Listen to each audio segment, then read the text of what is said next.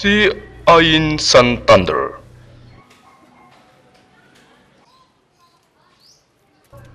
Isang magalang na bata.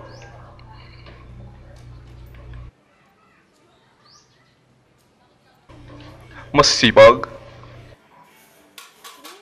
Masunuring anak. At madalas na naaapi. Ngunit may isang pangyayari na tuluyang magpapabago sa takbo ng kanyang buhay.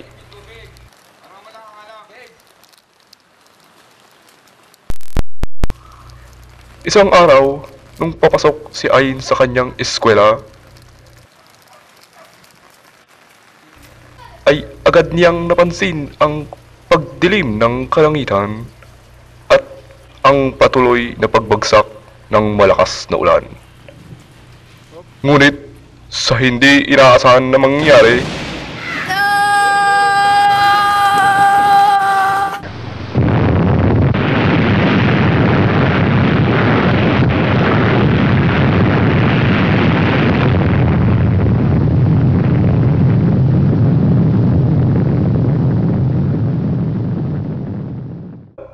na nagresulta sa pagkagulat at tuluyang paghandusay ni Ayin sa kalsada. Ilang oras ang lumipas, muling nagkamalay si Ayin. At sa kanyang pagbangon ay agad niyang naramdaman ang pagbabago sa kanyang pangangatawan. Tulad ng pagtira ng kidlat galing sa kanyang mga palad,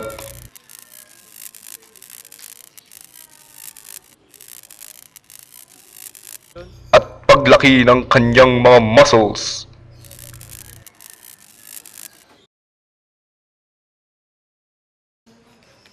Nagtaka si Ayin kung saan niya nakuha ang kakayahan na ito. Marahil siguro ito'y dahil sa kidlat na tumama sa kanya. Ngunit sa hindi kalayuan, may nakita siyang isang bata na inaapi ng mga sanggano. Mukhang isang pagkataon na ito. Sa hindi inaasahan ay muling kumidlat. Agad niyang pinulot ang mahiwagang martilyo na kumikidlat-kidlat.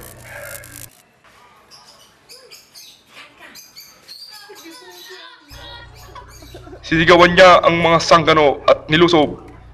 Agad siyang napuna ng mga ito, nasindak at tumakbo ang isa sa mga goons. Ngunit nagmatigas ang isa sa mga sanggano at tinutukan siya ng patalim. Agad niyang binigyan ito ng isa sa sikmura at inaperkat. Sa puntong ito, tumakbo na ang nag-iisang goon. Agad siyang nilapitan ng bata upang magpasalamat. Dito, biglang naisip ni Ayin na ipagpatuloy ang kanyang karir sa pagiging superhero. At siya'y kinilala na si Ayin Kidlat!